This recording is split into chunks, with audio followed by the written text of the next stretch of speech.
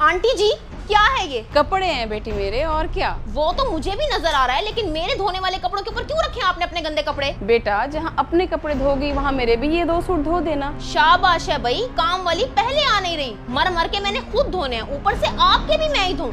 माजरत आंटी जी, खुद धो लें, 2 सूट ही तो हैं। बेटी मेरी शुगर लो थी सुबह से, वरना खुद ही धो लेती।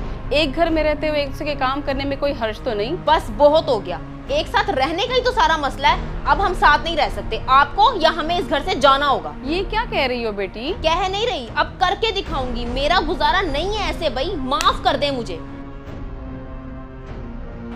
इतनी छोटी सी बात पे इतना गुस्सा कर गई।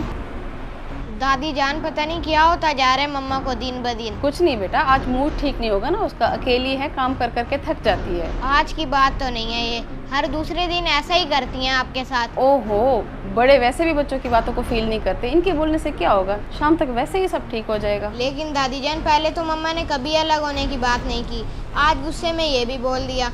मुझे आपसे दूर नहीं जाना दादी जान। कोई कहीं नहीं जाएगा भाई, डोंट वरी, मैं हमेशा साथ ही रहूंगी अपने बेटे के।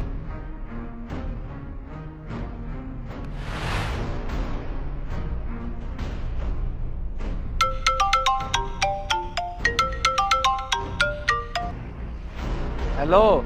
हाँ बेटी कैसी हो? मैं ठीक नहीं हूँ अब्बू, मेरा कोई फैसला करवाएं बस। क्या बात है, फैजान से कोई बात हुई है क्या? छोटी मोटी नाराजगियां तो मियाँ बीवी में होती रहती हैं। ओ भाई, फैजान का तो मसला ही नहीं है कोई। मैं नहीं रह सकती सास के साथ एक घर में, मुझे दिमागी सुकून चाहिए अलग घर का। आप कर सकते हैं तो ठीक, वरना मैं खुद बात करती हूँ फैजान से। नहीं नहीं, तूने कोई बात नहीं करनी, ऐसे बात बिगड़ ना जाए।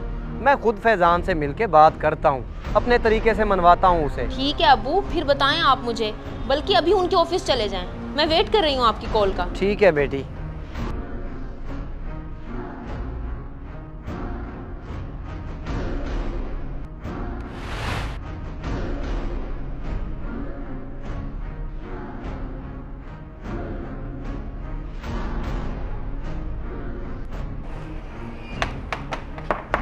फैजान बेटा आ सकता हूँ? अरे अंकल जी आप आए आए, अचानक से आना हुआ आपका, राब्ता ही नहीं किया आपने।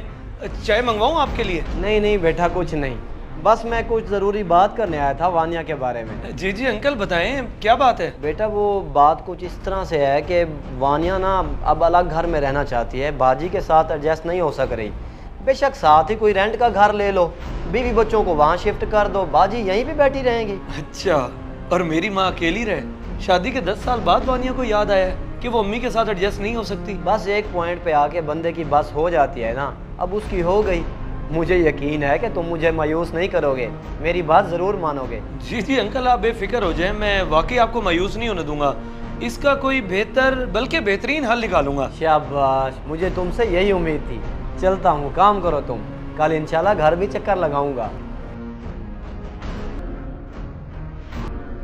उम्मीद गलत लगा लिया आपने अंकल जी।